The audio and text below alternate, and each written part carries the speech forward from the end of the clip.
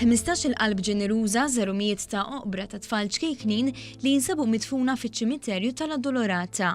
Hemmhekk ħallewlhom santa u Qronfla bajda simbolu tal-innoċenza li nsterqet minħall id-dinja kmieni wisq.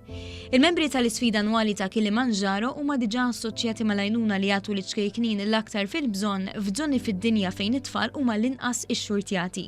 Iżda din id-darba ħassew li għandhom jagħmlu xi ħaġa fl-ambitu lokali. Tifel jew tifla, speċjalment unfortunately f'dan il-każ qed inħarsu lejn dawk li mietu forsi qabel iż-żmien, qatt ma konna fil-pożizzjoni ta' support jew ta' għajnuna, imma l-inqas l-empatija u r-rispett huma żewġ elementi li qatt m'għandna l-fejn nitilfuhom, speċjalment fl-ambitu tat-tfal.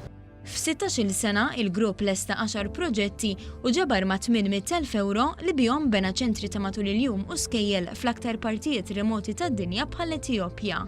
Palissa jiġi finalizzat proġett li kien ħadem fuq Dun George li ħalla din id-dinja fl-aħħar xhur, bilan li jgħinu tfal bi sfidi fiżiċi u jagħtuhom refuġju u protezzjoni.